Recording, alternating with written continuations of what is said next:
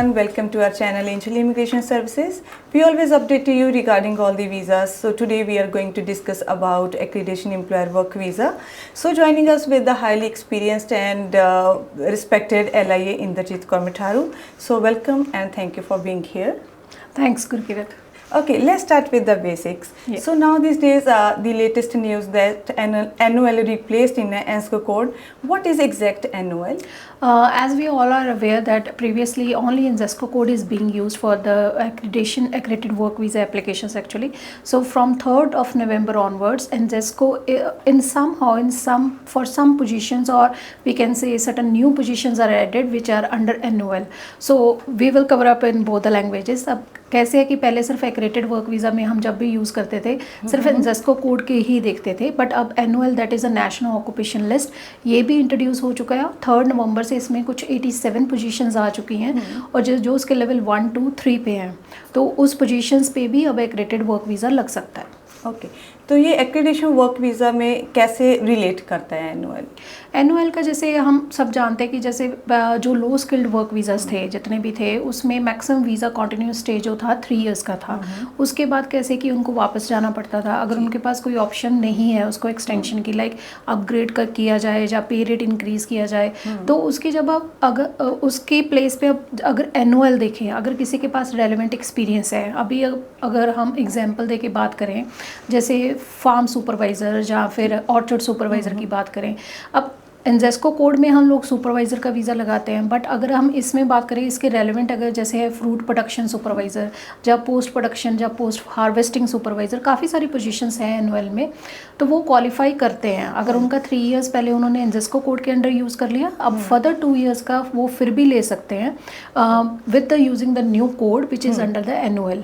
Okay for example अगर मान लिए लेवल 4-5 सुपरवाइज़र हैं, अगर उन्होंने वीज़ा अपना वीज़ा एक्सटेंड करना हो in according to NOL, then they need IELTS और PT टू गेट एक्सटेंशन. देखो IELTS PT की रिक्वायरमेंट्स तो पहले जैसी है. ठीक है, ENSCO कोड में कोई पोजीशन लेवल 4 और 5 पे हो सकती है, बट NOL पे अगर कोई पोजीशन 1, 2, 3 पे है तो IELTS और PT is not required. So basics है कि IELTS और PT वहीं पे रिक्वायर्ड है जहाँ पे लो लेवल ENSCO कोड्स हैं या NOL लेवल है. ओके और इसके अकॉर्डिंग अगर हम सुपरवाइज़र की बात करें तो पे रेट उनका जो मार्केट रेट है उसके साथ मैच करना पड़ेगा जहाँ बिल्कुल. ओके तो क्वालिफिकेशन एज वेल या फिर कोई requirement for NOL? Yes, NOL के लिए रिक्वायरमेंट है. इसमें बहुत स्पेसिफिक रिक्वायरमेंट है, जैसे 3 इयर्स ऑफ रेलिवेंट इंडस्ट्री का एक्सपीरियंस है, रेलिवेंट एक्सपीरियंस चाहिए और रिकॉग्नाइज्ड क्वालिफिकेशन है. ओके ठीक है.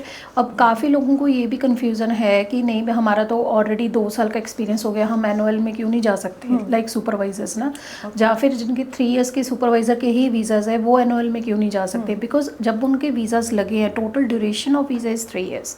अब NOL जब हम अप्लाई करने जाएंगे तो उसमें भी 3 इयर्स वो उनको दिखाना है. अगर क्वालिफिकेशन नहीं है they have to use the work experience. Yes, overseas experience acceptable है इस चीज़ों में, बट विद वेरीफाइबल डॉक्यूमेंटेशन.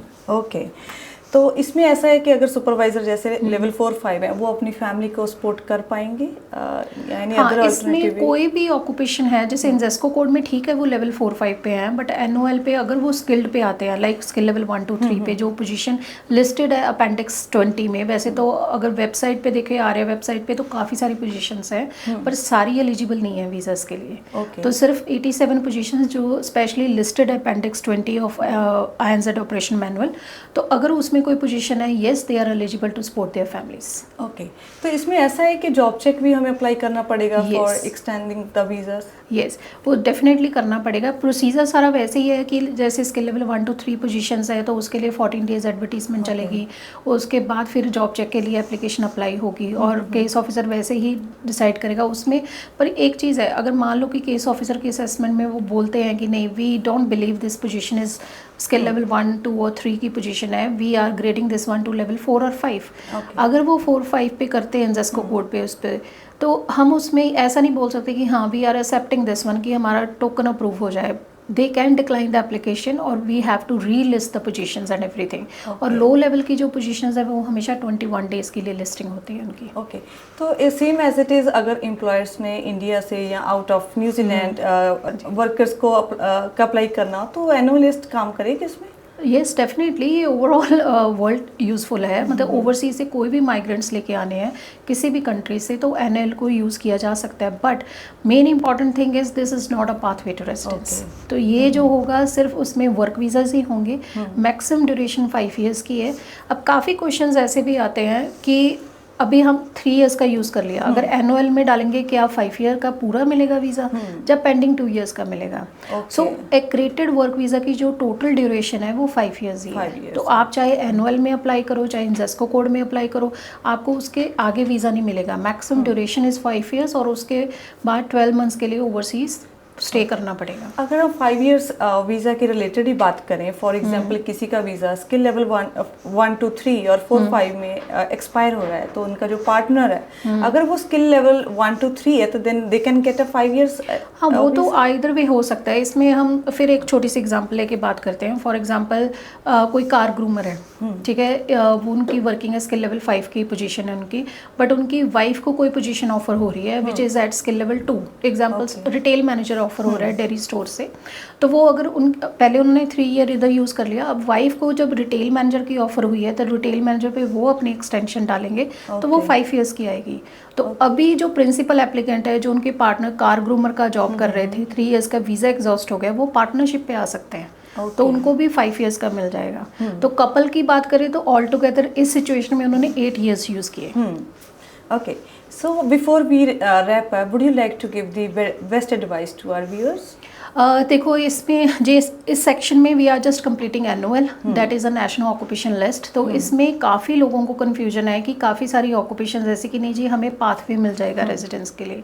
नहीं, इमिग्रेशन ने ये बहुत चीज़ क्लियर करी हुई है कि annual is only for the accredited work visa. और दूसरी चीज़ है, काफ़ी लोगों को ये भी है कि नहीं इसमें क्वालिफिकेशंस वगैरह की कोई रिक्वायरमेंट नहीं, या फिर सिर्फ मिनिमम स्किल रिक्वायरमेंट्स मीट करने की ज़रूरत है, जैसे जो एक्रेटेड वर्क वीज़ा में है, that is 2 years of work experience और लेवल 4 और हायर क्वालिफिकेशन। बट इसके साथ एडिशनल है ये चीज़ कि इसमें 3 इयर्स ऑफ वर्क एक्सपीरियंस और रिकॉग्नाइज्ड क्वालिफिकेशन है, और एक्सपीरियंस ओवरसीज़ का एक्सेप्टेबल है बट विद वेरीफाइबल डॉक्यूमेंटेशन।